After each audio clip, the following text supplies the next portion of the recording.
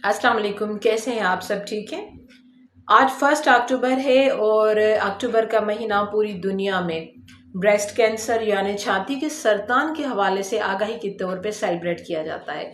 इसमें मुख्तलिफ सेमिनार्स होते हैं, वर्कशॉप, कैंपेन, बहुत सारे प्रोग्राम होते हैं और उनमें ज़्यादातर गुलाबी रिबन बांधी जाती है। ये इस बात का सिंबल है कि ब्रेस्ट कैंसर के हवाले से अवेयरनेस दी जाए।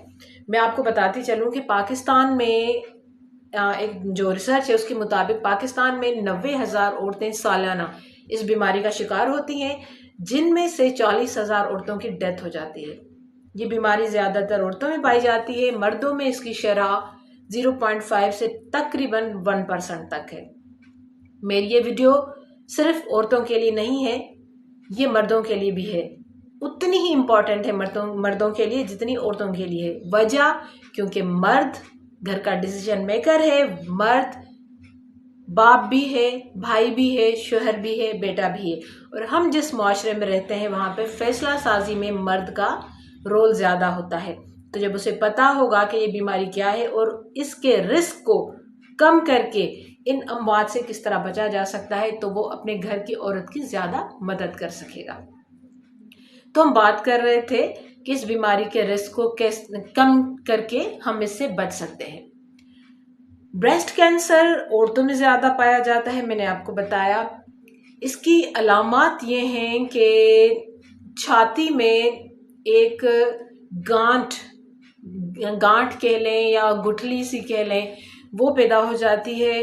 और इसके अलावा सोजन, रेडनेस होती है, टेंडरनेस यानी कि दुखना, और छाती की साइज का कम हो जाना, पेन होना, दर्द होना।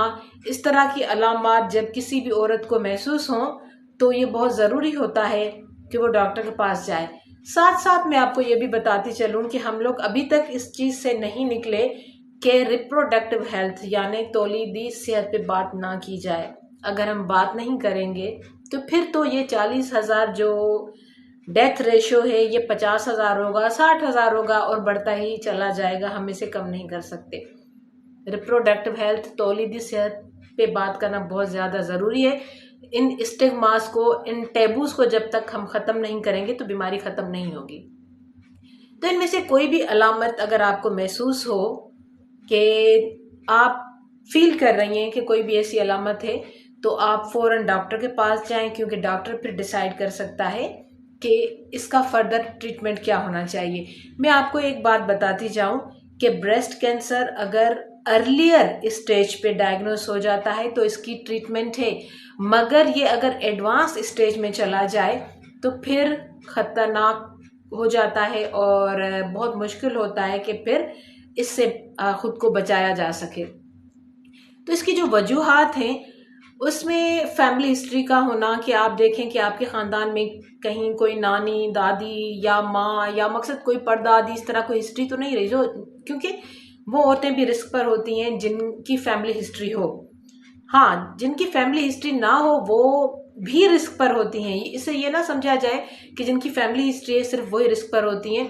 वो औरतें जो कोई हार्मोनल थेरापी ले रही हों, ख़ास तौर पे उन औरतों के केसेस में जो मेनोपॉज के मरहले से गुजर रही होती हैं और उसमें वो हार्मोनल थेरापी लेती हैं, वो औरतें भी रिस्क पर होती हैं।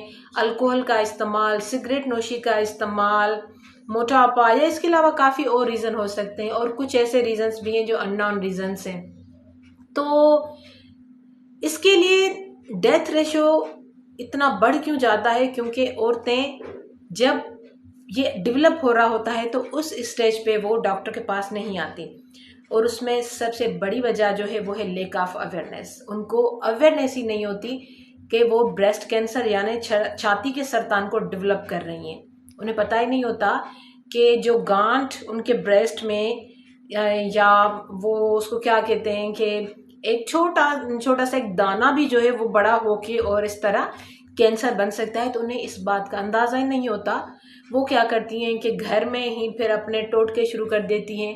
कोई बात है कि आगाही का ना होना, और दूसरी बात ये कि औरत को इस बात से भी शर्म महसूस होती है कि वो डॉक्टर के पास जाके बताए कि उसके ब्रेस्ट में, उसकी छाती में ये इस तरह की कोई चेंजिंग्स आ रही हैं, इस तरह की निशानियां हो रही हैं, तो आगाही ना होने की वजह से भी अमवात बहुत ज़्यादा बढ़ रही हैं। तो मैं इन सब से रिक्वेस्ट करती हूँ कि आप इस चीज़ से निकल आएँ कि ये बात बताना कोई बायस शर्म है। ये एक बीमारी है और बीमारी के बारे में डिस्कस करने में कोई शर्म महसूस नहीं करनी चाहिए। अगर आप डिस्कस नहीं करेंगी तो फिर आप कभी भी नहीं बच सकती। तो सबसे ज़्यादा जो एक बड़ी वजह है वो वजह मौत की ये है कि ये फर्स्ट स्टेज पे डायग्नोस नहीं होता। तो डायग्नोस ना होने का मैंने बताया कि ये जो टेबूज हैं, जो स्टिग्मास हैं, वो ही हैं। और दूसरी वजह यह है कि औरतों को अक्सर डर लगा रहता है कि अगर हम इलाज के लिए गए तो फिर शायद हमारा जो ब्रेस्ट है वो जो सर्जरी करेंगे तो वो सर्जरी करके ब्रेस्ट रिमूव कर देंगे। ये डर, ये खौफ जो है वो भी उनको हॉस्पिटल ले जाने से रोकता है। तो अगर आप पहली ही स्टेज पे चली जाती हैं तो इसकी तो नौबत ही नहीं आएगी। जैसे ही आपको कोई इस तरह की चीज़ फील होती है तो आप डॉक्टर के पास जाएंगी तो ऐसी नौबत ही नहीं आएगी। इस तरह की जो कुछ चीज़ें हैं, लेक ऑफ अवेयरनेस है या इस तरह के स्टिग्मास हैं, इस तरह का डर है, या फिर हर औरत ये इलाज अफोर्ड नहीं कर सकती, तो फाइनेंशियल जो एक इशू है वो भी अपनी जगह पे है। तो इस मकसद मुख्तलिफ गवर्नमेंट हॉस्पिटल्स भी हैं जो कैंसर की ट्रीटमेंट दे रहे हैं।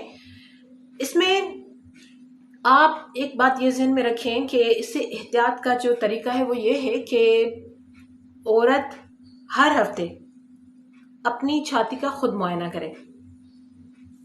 जब वो नहाने जाती है ख़ास तौर पे तो वो खुद देखे कि इस तरह की कोई चीज़ डेवलप तो नहीं हो रही, कि कोई गांठ सी या कोई सूजन, रेडनेस, या इसके अलावा जो निप्पल है उसमें से किसी गंदे मवाद का खारिज होना, ये सारी निशानियां हैं कि खुदा न खास्ता आपको कैंसर डेवलप हो रहा है।